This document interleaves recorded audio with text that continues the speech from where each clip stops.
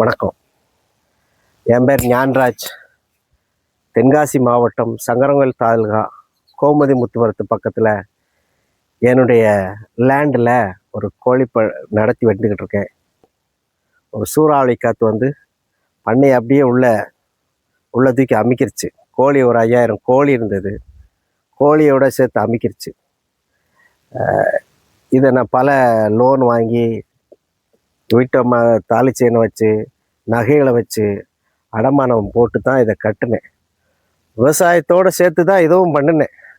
விவசாயத்திலே லாபம் இல்லைன்னு தான் இந்த கோழி பண்ணையிலையாவது லாபம் எடுத்து பிள்ளைகளை படிப்போம், நம்முடைய வாழ்வாதாரத்தை காப்பாற்றுவோம்னு ஒரு நம்பிக்கையில், ஒரு நல்ல எண்ணத்தில் கோழிப்பண்ணை நடத்தினேன். இதுக்கு வாங்கின கடன் இன்னும் அடையலை, ஆனால் தூக்கி போட்டுருச்சு. இயற்கை வந்து என்னை இப்போ சதி பண்ணிடுச்சு. இதுதான் என்னுடைய வாழ்வாதாரம். இதில் வச்சு தான் நான் குடும்பம் நடத்திக்கிட்டு இருந்தேன். என் வீட்டம்மா ஒரு பட்டாதாரி, நான் ஒரு பட்டாதாரி.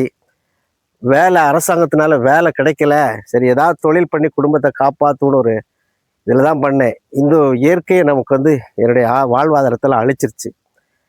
இதை நான் இன்னி எடுத்து எப்படி சரி பண்ண போகிறோம்னே எனக்கு தெரியலை.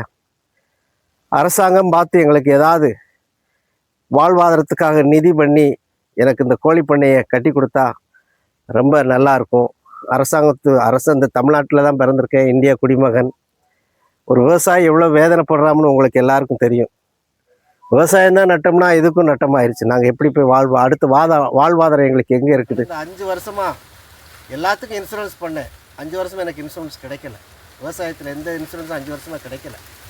ஆனால் நான் இதுக்கு இன்சூரன்ஸ் பண்ணலை. வாழை கிடைக்காதுன்னு சொல்லி எனக்கு நம்பிக்கை இருந்ததுனால தான் நான் வாழைக்கு பண்ணலை. இப்போ என்னுடைய வாழை கிட்டத்தட்ட 4000 வாழை போட்டிருந்தேன். இப்போ ஒரு 3000 வாழை வெட்டுற நேரத்தில் ஒரு மாதம் இருந்தால் நான் வெட்டி விற்றுருந்துருப்பேன். ஆனால் காற்று 14/5/2026 வியாழக்கிழமை ஒரு 3 மணி அளவில் சூறாவளி காற்று அப்படியே இந்த சுழிச்சு அடித்து வாழையை முறிச்சு போட்டுருச்சு.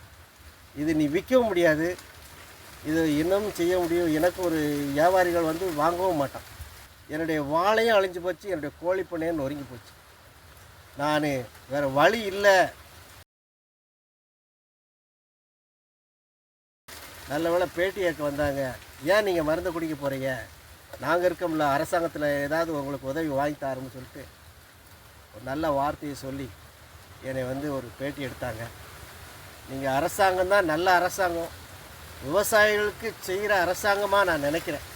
இந்த அரசாங்கம் எங்களுக்கு எங்களுடைய வாழ்வாதாரத்தை காப்பாற்றுறதுக்கும், எங்களுடைய பிழைப்புகளை காப்பாற்றுறதுக்கும், எங்களுடைய பிள்ளைகளுடைய படிப்புக்கும் அரசாங்கம் உதவி செஞ்சால் நாங்கள் தப்பிப்போம்.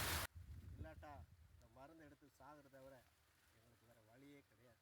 வீட்டிலேயும் நெருக்கடி, பேங்க்லேயும் நெருக்கடி, வட்டி வாங்கின கடன்காரன் நெருக்கடி. நாங்கள் எப்படி தப்பிப்போம்? இந்த தமிழ்நாட்டில் ஒரு விவசாயி வாழணும்னா அரசாங்கம் உதவி செய்யுங்க. எங்களை மாதிரி விவசாயிகளை நீங்கள் காப்பாற்றுங்க.